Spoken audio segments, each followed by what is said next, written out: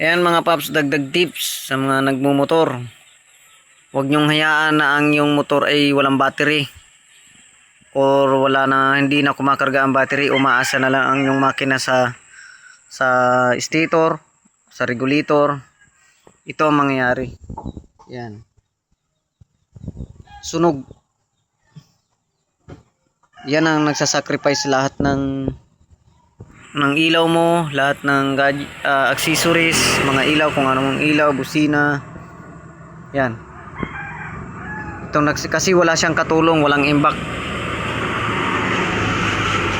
Wala siyang imbak na kuryente na magiging katulong niya in case of kailangan ng pag binubuhay mo yung iyong mga ilaw, accessories yan. Kasi nga, itong battery na ito walang laman, sira na.